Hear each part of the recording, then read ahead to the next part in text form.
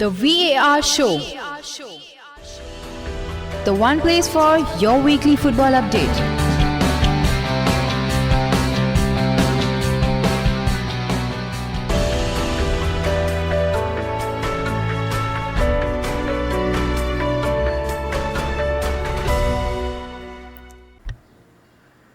Hola, very warm welcome to the VAR show, the show which talks about all the various major football leagues in detail. So today we are going to continue the theme of whatever you call it, interview, podcast, talks, anything. So whom do we have today? We have a very driven coach, young driven coach who wants to change the future of Indian football and maybe Asian, I do not know. Like, let's hear from him. So I'll just give him a small intro. For those who do not know, today we are talking to Ryan Roy Shah. So he has a list of qualifications. First, I'll start with his playing career. He has played for Air India FC, Kenkre FC, Mumbai United FC, and Mumbai Tigers FC. As for his qualifications, he has a SFA C license from Scotland, FAWC certificate from Wales, FA levels 2 from England. He has a host of certificates. I'm not going to get into that. That's a lot. So as for his experience, he has worked in a lot of schools and universities, and right now he's the CEO and he's also a head coach, the main coach probably from in Mega Pro Football Academy. I think it's in Pune, according to what he said earlier before we met. So we'll get straight into the topics. So we have a lot of topics that we'll be covering today. So let's get into it. So today we'll start with the first topic, that is ISL vs I-League, which is quite interesting for me. And we'll have more of an expert advice or expert opinion from Ryan. So Ryan, what do you think of ISL vs I-League? So I'll first cover the I-League because that was how it started. Before that, it was the National Football League. It was the main league in this country. So I have been a follower of the I-League since around 2007, when that was the only league, so main league and only league, and obviously a East Bengal fan, at least from the Indian clubs. It was great to see all the top players, all the amazing foreigners. You had Barreto, you had Yakubu, you had Odafa, you had great Indian players at that time. And then when this ISL came in, I remember they didn't start the process in a very big way. So they had signed up a few players and they were training in Mumbai under Trevor Morgan. So there was no clarity on what this league is about. Then all of a sudden there was this big like a shockwave where you had all these top European stars, or your top European stars coming to the end of their career, but still famous, who are coming to India. You had some well-known foreign coaches. You had Zico, the likes of these people. You had these Anelka and all these top stars coming in, and that is what probably got the crowd to come in. So with the I-League, with the I-League, you still had these good foreign coaches. You had Karim, you had Zoran, but they were not really well-known faces. Whereas when you had Zico at the helm, then everyone knows about him, and then suddenly people start coming to the stadium. Similarly with the players, people were already aware of Materazzi, Elano, and all these people. So that's what brought them to the stadium. That is why Kerala Blasters and Northeast, they had amazing attendance. Of course, with the main cities like Delhi and Bombay, crowd is a problem because obviously many of them have cricket as their priority. Plus, they may not have the free time considering what the corporate world is like in these cities. And I did have my reservations initially, to be honest, because I was just thinking that, this where you had 6 or 7 foreigners playing and not too many Indians, I questioned, how does this help the national team? But then as time passed, it's very evident that the Indian players playing with foreigners of that level immediately improved their own game, and that is evident with the rankings going up, starting with the Stephen Constantine tenure, and now Igor Stimac at the helm, in charge of everything. And overall, I think the crowd has increased, the social media engagement has increased. You have got many cricket fans who are now also football fans. The quality of the broadcasting is much better. So I think overall it has ended up well. I just hope that clubs can soon just get profit out of this and continue. Because that's my only fear, that clubs shouldn't keep incurring losses every year and then suddenly just decide to shut shop, which we had seen with the I-League. So I'll say you a basic thing. Okay, like the I League. I just educate me on this. Is the I League owned by the government? No, the I-League is not owned by the government. It is a AIFF run league, just like the ISL is. Okay. Yeah. No, the AIFF comes under the government, right? So that I'm not too sure, but as far as I'm aware, it comes under the, is it the Ministry of Sports and Youth Affairs or something like that? I'm not too sure. So it comes under the government, like it has roots in the government, like So it is equivalent to the BCCI. Okay. So basically, I feel I League is a better version, but then again, you have quality in ISL. I do not doubt that. You have the fanfare, you have the stardom in ISL, which I League cannot maybe match up to, because they always had the problem of maybe sponsorship, or even something like TV rights deal, where no one is buying the TV rights deal. Like, it's not a very big thing. But like I League, like in ISL, I think ISL is the glamour, and it might improve the top level and top echelon of players who are playing there, but the new level who are coming, it won't be very effective, because you hardly, like just educate me again on this. How long is the I League and how long is the ISL? ISL is around 13 to 20 games, right? Around 15, Yes, 16 games.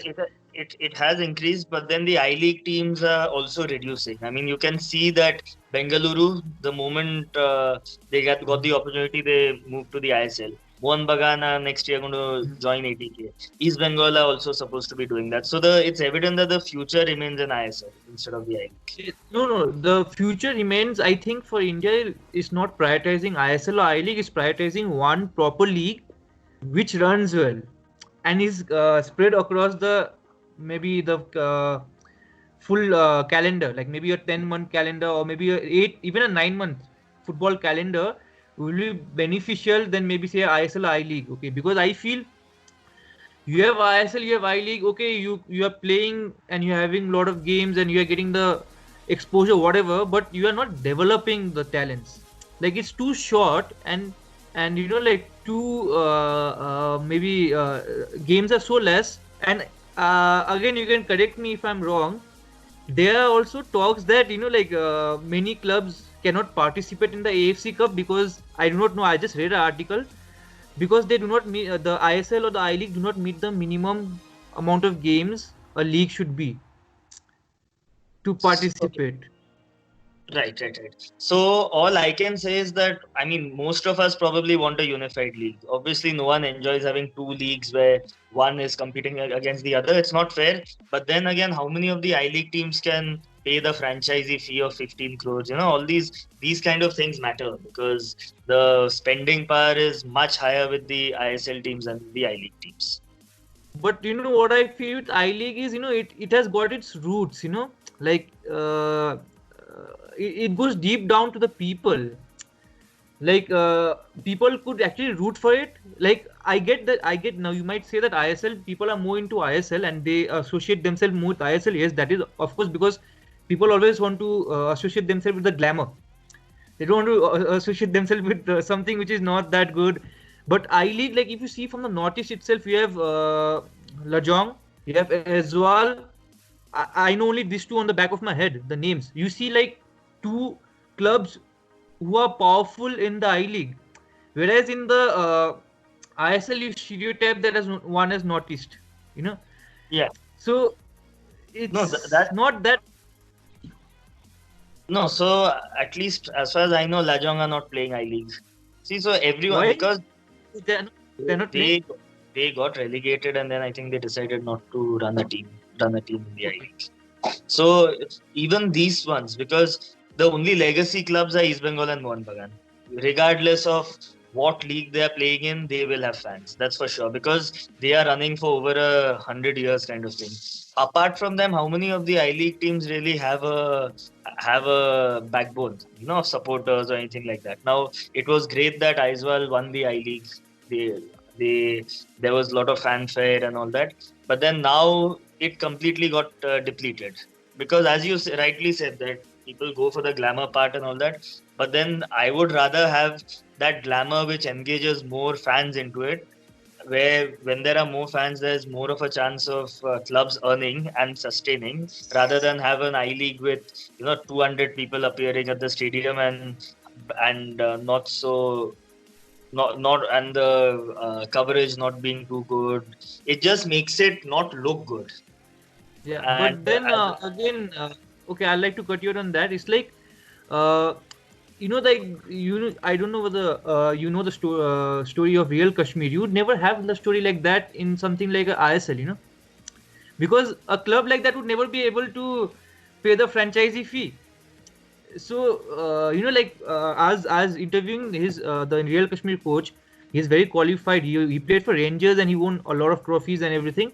So you're saying me that, yeah, David Robertson. So you're saying that in the first year they had no kit sponsor and they had 600 people in the crowd, 200, not even 600. And the latest record, they have an Adidas sponsor and they have around 20,000, like a record amount of crowd in the stadium. So you see the journey, that is a sustainable journey that you wanted to say, right, with the Yes. ISL. So I think that is more possible in a league like I League, which I feel will take time if you properly invest everything, but it will come out to be more golden era than ISL, which might go bust anytime. Like if tomorrow, if it's not a big secret that ISL is mainly run by Reliance. The main Correct. power is Reliance of ISL. If tomorrow anything, I hope it doesn't happen, but if anything happens to Reliance, ISL will be in a very bad situation. That as a entity, as a country, like in a big country like India, you can't have your league solely dependent on something like only one company, right? So that is the fear. No, so see, I'll just cover your first point before I go into this. When it comes to a fairy tale, like a legacy, like a very good story, of course, the I League hands down has more history. They have proper fans, like they have real fans. They don't have fans coming to look at Abhishek Bachchan or Sachin Tendulkar. That I completely agree with you. There was a time when, at least in Maharashtra, Air India used to produce the best of they used to just field youngsters and just make them big stars. So these were all very, very good journeys. But then the question is that if you had to choose between the two, that time ONGC were running the I League, were sponsoring the I League. Now it's Hero I League. Would we rather have a I League where there's no glamour and because of no glamour, no supporters, or would we rather have an ISL where Reliance is involved? They are getting the getting big names, getting crowd engagement, which is the most important because without fans, football is nothing. So if you had to make a choice when we are looking at long term, at least even not long term, if we are looking at short term sustainability, do you think I League would do better or an ISL would do better? Considering that the priority for a country like cricket dominated country like us is to engage more fans. To create awareness, ISL is always good. Okay, I will never doubt that because of the power. It is, you can't doubt that.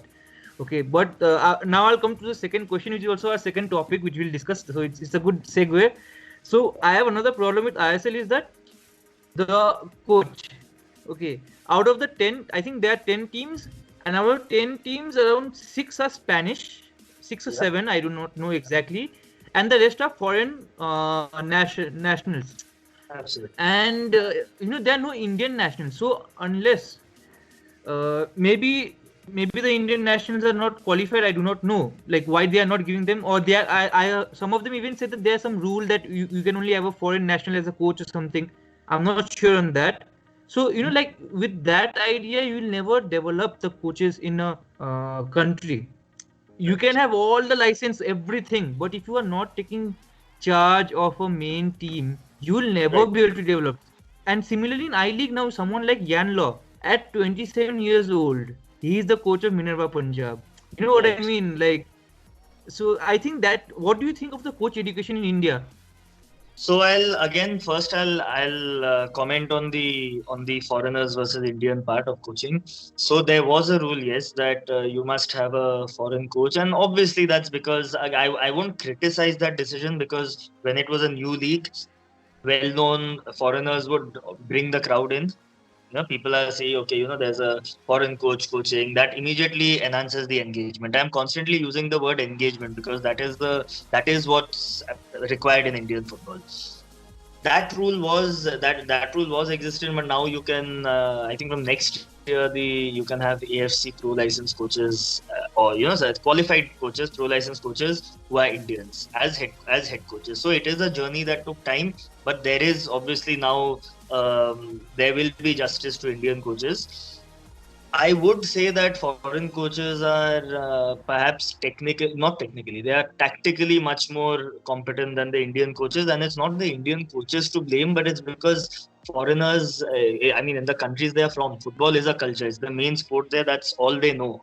They don't have cricket or any other sport as the main sport. So obviously that's what they're doing from since childhood. So they would definitely, a 40-year-old foreign coach would be tactically much more advanced than an Indian coach. However, when we are dealing with Indian players, there is a movement, there is a lot of suggestion from top people that increase the number of Indian players, because that's the way we can improve the national team. When we are dealing with more and more Indian players, I would say that a Indian coach would do much better, because it comes to things like man management. So if you have let's say you have I'm just giving an example, vague example. Let's say you have a player who's, I'm just thinking of a very ideal situation which the audience would understand. So let's say there's a player who's having family problems at home. Something like as simple as the pressure of getting their sister married. That is what's not making them perform in training and on the field. If you bring a English coach to look after this problem, they'll think that why the hell is the brother even involved in the sister's marriage. So then for them it's a nonsensical thing, and then they'll just wave it off like, football is football, this is your profession, get on with it. Whereas an Indian coach will understand that, okay, this is a societal problem, this is what happens in India, and they may deal with it much better. So and then with regards to motivation, an Indian coach knows how to get the best out of a player short term. Like, okay, for the next 90 minutes, we need to get this player performing. It could be through encouragement. It could be through threats that you may not. I'll drop you if you don't perform well. Simple things like this. The understanding between the coach and the player might be better between Indian coaches. And when it comes to the technical training, now forgetting the tactical part, the technical training, an Indian may be may be able to be more understandable to the Indian player, because many of the Indian players are not too comfortable with English as a means of communication. So at least this Hindi part gets them to have a better connection with the coach, which is a very important part. Now coming to the coach education part that you had mentioned. I remember when I was playing, it was AFC C license that you started off with, and there was a high pass rate. I would get your C license, and then they went from C to B, B to A to. Now there's the head of coach education at AIFF, Mr. Savio Medera. He has obviously identified that a massive improvement is required with Indian coaches, and rightly so, because I won't say that Indian coaches are better than foreign coaches, no chance, but Indian coaches can get more out of Indian players. That's all I'm saying.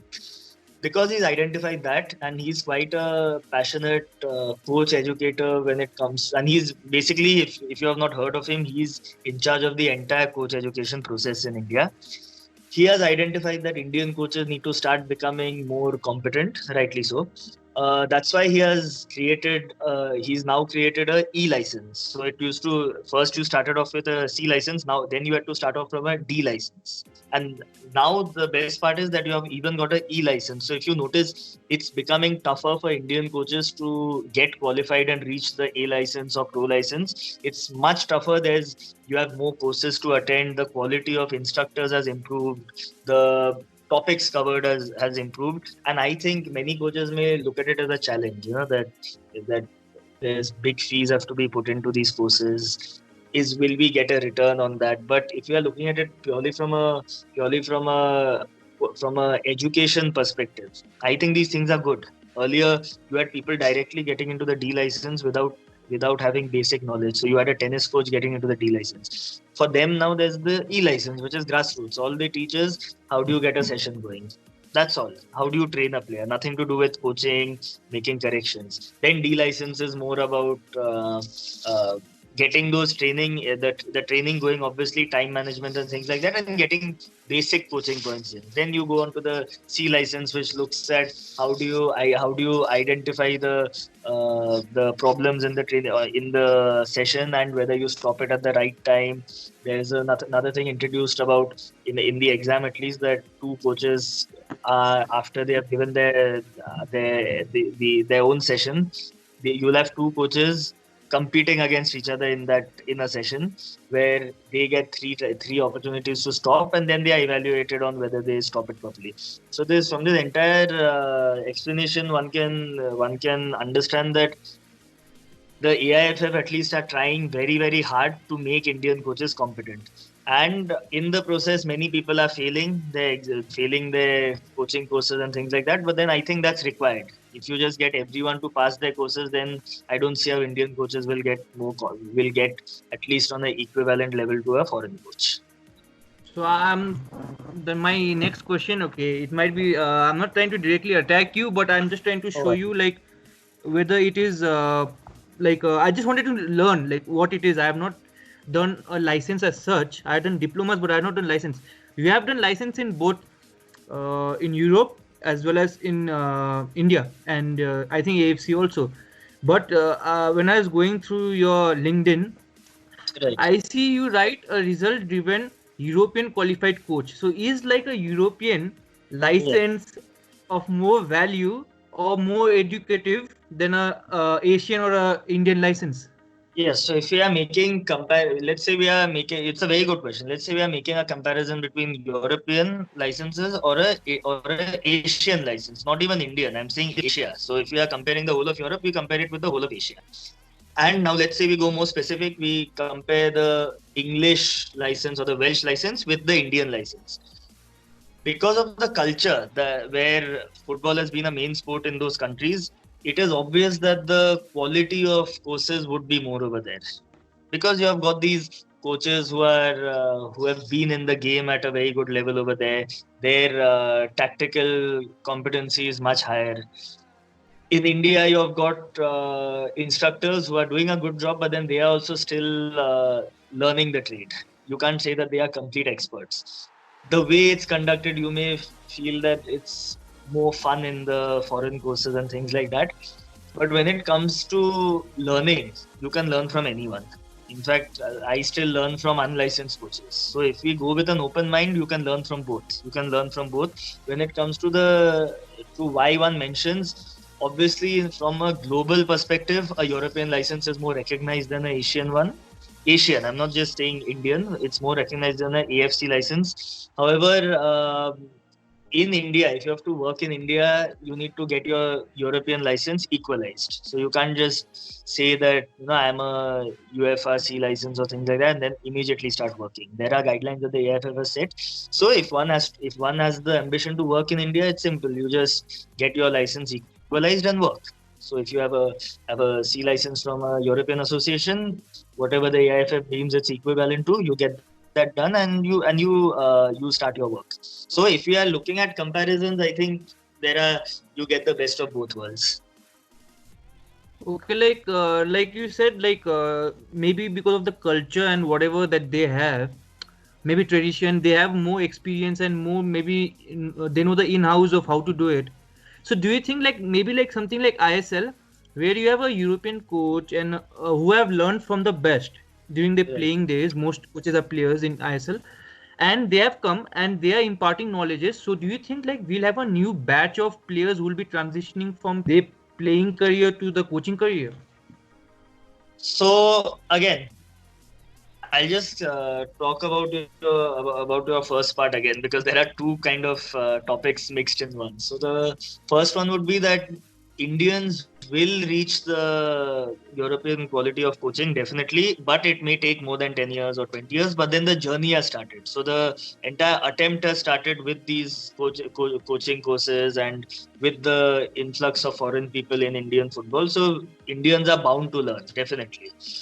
Now, a transition between from playing to coaching, this is a problem everywhere globally. So if you're a top player, you immediately quickly pass your licenses. That is a issue all around the world, not in India but everywhere else. So for that to change, one has to understand that you don't have to be a great player to be a great coach. There are enough examples of great players who have failed in their coaching, and there are enough examples of people who have probably not even played professional level as players, but they have gone on to win leagues and things like that as coaches. Now, when it comes to that transition, it's all about the having an open mind. Many of the ex players who fail in coaching, it is that they feel that they obviously get their licenses done with. Then they feel that we have played for so long, we have played this tournament, we have played for so many years, we have played under so and so. That's why, and that's why we know everything, we know it all. That is where the problem arises. If they can sincerely go to coach education, these coaching courses, and try and pick up, they forget their career, that okay, once upon a time I've played for the country or things like that. If they can just keep that aside and just as a fresher try and pick up everything that they can, then they may have a chance of exceeding the achievements of coaches who have not played at a professional level, because they have both the experience of playing under top people at top places along with the experience of coaching. So if they can be sincere at their courses, I think they are good to go to be a success in coaching as well. Now, for the reason why many of the successful coaches are not you necessarily successful players is because they know that they don't have the playing CV. They know that they have to work that extra mile harder for job interviews, because that could be a question for them, that you have not played at top level, how are you going to train top players? So that's why that hard work of theirs makes them more intelligent, more capable with coaching, since coaching is completely different to players. As a player, you only look after yourself. As a coach, you have to look after 25 to 30 players. See, you have done so many license, okay, like all across the board, different countries, but and it might have taken you a lot of hard work and a lot of time to do that. Of course, there's no doubt, but like they are ex-professionals who get fast-tracked into coaching, not in India only, even in Europe. You have a lot of things. I was reading Sir Alex Ferguson's book. Even he mentioned that coaches are being fast-tracked, players are being fast-tracked into coaching, which is not good. Do you think like that is one thing AIFF or generally all over the world should say, that even if you're a player, you start from the scratch, like what a normal person would do? Then do you think the quality would improve? So I don't really want to. I wouldn't want to give my views in public about this, frankly speaking. But all I can say is, Thierry Henry was an amazing player. Got fast tracked in the Welsh license, and you saw how his managerial career went. So I think that kind of answers the question. Yeah. Okay. So now we'll move. Let's move on to maybe a different part, which is gaining football, which is gaining a lot of attention, and which is for the right reasons. The women's football. We have one player who has gone from India to play in Rangers. That's a big deal. So how is the development of women's football in India? So I think honestly, I think our men's game is going amazingly well, but I don't think we are doing enough for the women's game. So we have to first break this conception that football is not meant for women, or that women are not capable enough to play the game at the same level as men, because both are human beings. And I've been a big supporter of trying to involve women in football wherever one can. If you look at leading countries, like you can look at the USA, you can look at the Brazilian national team.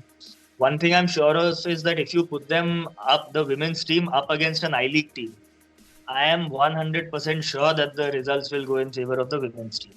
And the reason for that is that since childhood, since they were probably underage, they have always had equal opportunities. Now, one question I would always ask is that when it comes to the process of youth football in India, we have the ISL, we have the I League for the seniors. Now below that you have an under 13 I League, under 15 I League, and under 18 I League. Below that you have got enough grassroots tournament. Like there are these baby leagues, golden baby leagues, where you have under 8s, under 10s, under 12. So there's always a 7-year-old will play under 8, and then they know, okay, next we play this. After they become 10, they know, okay, next we'll play that. One thing I would love to see being implemented in Indian football is that, right now there's only one league, so there's only a IWL. In men's football, then why is it that there's not only an ISL? Because then it becomes unfair, doesn't it? So for the women, the first thing one has to do is, why not create an under 18, under 15, under 13 I League for women? Because the problem is that in men you're always transitioning, gaining experience at different tournaments, whereas in the women's game you're playing for certain clubs in the local league and things like that, and if you do very well, then you directly play IWL. You're directly fast tracked into the rightly so, like on merit you're directly fast tracked into the IWL. Now many of these young players who are playing IWL, they are playing, you'll have a 18-year-old playing or 17-year-old playing against a 28-year-old. So you can see how that how the older players can be physically stronger, this and that. So it's not a equal game. In the men's game, there's not a problem of a 17-year-old playing open football, because imagine how many matches they have played till they become 17.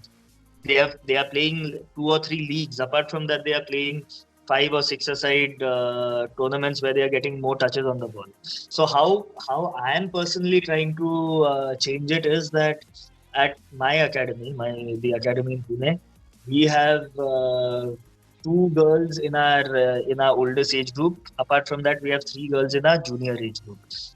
One thing that I try and that I am completely sincere with is that the expectations don't change for girls. Now, my ideal scenario would be having a proper girls batch, a separate girls batch, make them play different tournaments, and if there are not enough women tournaments, put them in the men's game. Let's have 6 girls playing against 6 boys. Let them keep losing, but let them lose 10-0 and then 8-0 and then 6-0. You see, keep reducing that gap. Let them improve.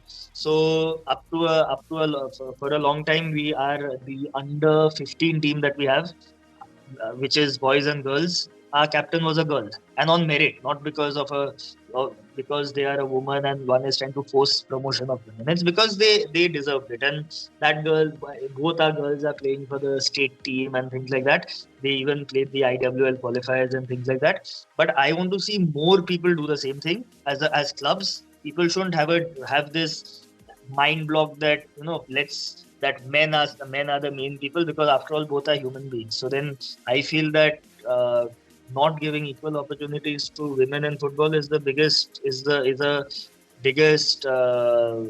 way of being sexist, gender bias. So if that can change, the women's team can do well, and the Indian women's team are ranked at 51 from the last rankings I checked, whereas the men's are 100 and something. So imagine, without any proper pathway, the women's team are ranked number 51. Imagine with just a little effort, just a bit more interest in creating provisions for them, where they can go from 51 to whatever ranking. So I have very passionate views about this, because I feel it's unfair that women in India are not given the opportunity to excel in football. Definitely, that's a very important thing. We also from Nepal, we have one player who's excelling in Indian Women's League. As you said, I don't know whether you know her or not. Her name is Sabitra Bhandari. She plays for Gokulam FC. Okay. Gokulam. Yes. Yeah, amazing. Yeah. Fantastic. Yeah. So, tell us something about your academy, right? Like you mentioned your academy. Like, what is it? For whom is it? Like, who can go there? So, I don't want to say, unlike other coaches, I don't want to be sitting here and being a salesman for my academy. Frankly, I'll just try and limit it to 1 or 2 minutes. So we have centers in multiple locations in Pune. Just in Pune, it's a non-residential academy. if you want, we can talk about why I believe in non-residential academies over residential academies. Anyways, that's a later topic.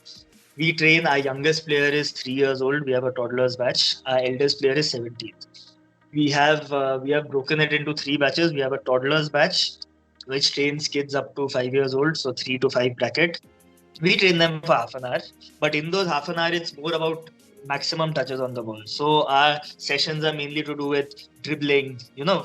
Forget the passing over there. Over there, we don't, for the 3 to 5 year olds, we don't even look at passing because they have to get confidence with the ball at their feet. There's a good saying in Hindi that खुद का घर संभालो फिर दूसरे का घर देखो. So if you're not comfortable with the ball at your own feet, how are you confident about passing it to someone else? So it's fun activities. We tire them out for the half an hour. They have a good time, always shouting, the kids, they're always shouting, they're always happy, they're always confident. So that's our job done with the toddlers. Then we have a junior batch which looks at a lot of technical stuff. So that's where we look at ball control, we look at dribbling, we look at passing. We don't really look at shooting that much because shooting, I mean, it's of course shooting good shots bring us goals, but we would rather have people who are confident about being an X factor than just taking long range shots. And then there's no difference between 2020 football and 1960s football. Then we go to the senior batch, which is where most of them are very comfortable with their technique, and then we have a lot of tactical work there, because after that the next step is playing the under 18 I League, and hopefully some of them make it directly to the senior team of, if not I League or I League second division, at least senior teams of local clubs. So what our complete objective is that by the time someone leaves our academy, they should have all their, I'm not just going to say that they should have their basics right, but they should have their advanced understanding of the game in place. So in case a coach suddenly says that you need to switch play at this zone where there's, let's say, a 1v1 situation, a 1v2 situation, they shouldn't look at the coach thinking, what does this mean? That is our main aim. We try and mix up sessions from different places. We don't just find a very fancy, amazingly looking session from YouTube and then put that in the training session, because obviously it may not. An under 10 in England is obviously far more developed than an under 10 in India. So copy pasting an under 10 drill from the FA into an Indian academy doesn't really work. So what we do is, I'll just try and show you a few things. Fortunately, I have it in front of me. So I've spent more than 10,000 on books like these Soccer Tutor has got these amazing books. So we try and follow this, and here you see it says under 13 to under 15 from an Italian academy. It's from an Italian academy, but we don't really use it at under 15. We use this at the under 18 level. So we try and keep it real as much as we can.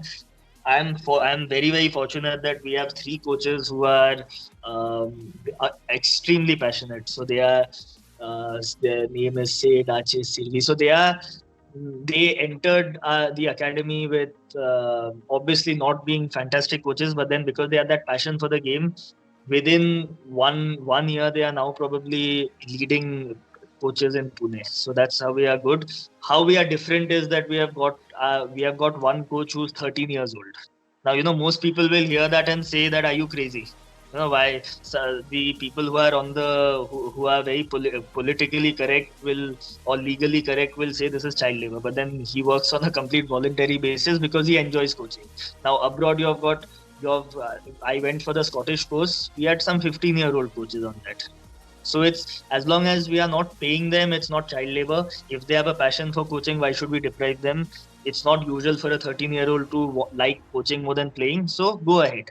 And because in India there are laws that you can't get onto a course until you're 18. He is doing those online courses, like he's done his FA level 1 psychology, things like that. So we have all these people to make a great team. And so far, it's not at youth level, results and things like that don't matter, honestly, like how many trophies you've won, but just to show a bit of evidence of our work, you can see more than 20 trophies. So that's and we accumulated 20 trophies in like 2 or 2.5 years or something like that. But again, I'm not someone who's going to calculate how many trophies we have at youth level. But then that is more of a kind of indication of the players' efforts and a bit of effort from the coaching staff. So, okay, so I'm we sorry, just wanted to have. I'm sure No, no, I no, no. exceeded It's 2 totally minutes. fine. It's fine. It's fine. Not a problem. We just wanted to have a 15-minute conversation, and it turned out to be a very informative, around half an hour to 45 minutes conversation. It's very amazing. Like many of them would have got a lot of ideas, and maybe if any coaches are listening, maybe they would want to contact you, and maybe even if some young kid who's not into playing but wants to be a coach may contact you, because you already have maybe one or two people in place. You at least know the know-how, or at least you'll trust them more than what others will, right? So on that note, I think we'll end this session. Do you have anything to say, other than that you want to Yes, discuss anything?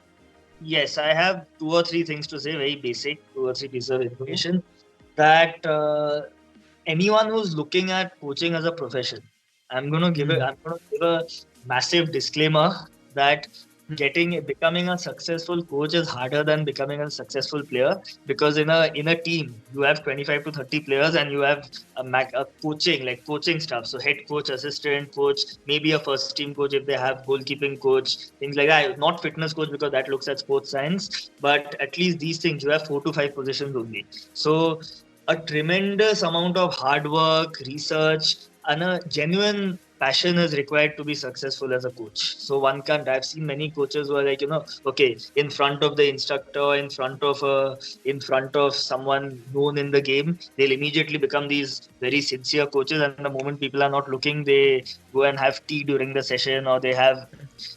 I've seen coaches having samosa, this and that, coffee while sessions are on. So that's not one is being insincere to oneself, and also a parent sends a child in to a coach in the hope that the coach does the best for the kid, and it's just dishonesty to not do justice to one's job. Second thing is that we need to start in India. We need to start following norms of scouting and child protection, because there's too much of poaching at youth level. So an under 10 team will see another amazing under 9 player, and then instead of talking to the coach, they'll immediately go and contact the player or the player's parents, and that just creates a negativity in the game.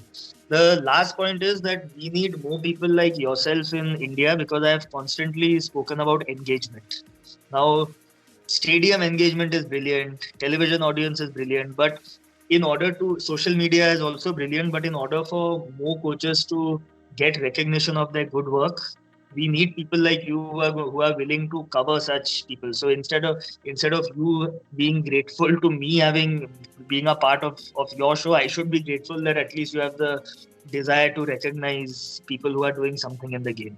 And that way, again, publicity for the person giving the interview is one thing, not important, it's one thing, but the audience who are watching. So even let's say you get worst case scenario, let's say you get 5 views on your YouTube. It's still from those 5, if anything, any information a coach or a player or whoever you pass on, like you had that Liverpool throw-in coach or something like that, anything like that, if out of 5, one coach can gain some knowledge, then that's everyone's job done. That's a benefit to Indian football. So I hope your VAR channel keeps continuing. It will definitely be a success, because there are not many like yourself. I hope you keep doing it, and I'm 100% sure that you're going to get many people on your show, and that will again create, as I keep saying 100 times, engagement. Yeah, sure. The throw-in coach one created a lot of controversy also. That's okay. I mean, football. The beauty of football is opinion. I may say that this is how you pass the ball. Someone else may say no, this is how you pass the ball. That's what makes football Yeah. amazing. Constructive discussion. So on that note, should we end the podcast for today? Absolutely, it's been an absolute privilege to be a part of your show. Thank you so much. Thank you so Thank you, and thank you for coming. And hope we talk again soon, maybe about some other Absolutely. topics. I'm willing to talk about football anytime, 24/7. Thank you. Thanks a lot. Thank you so much.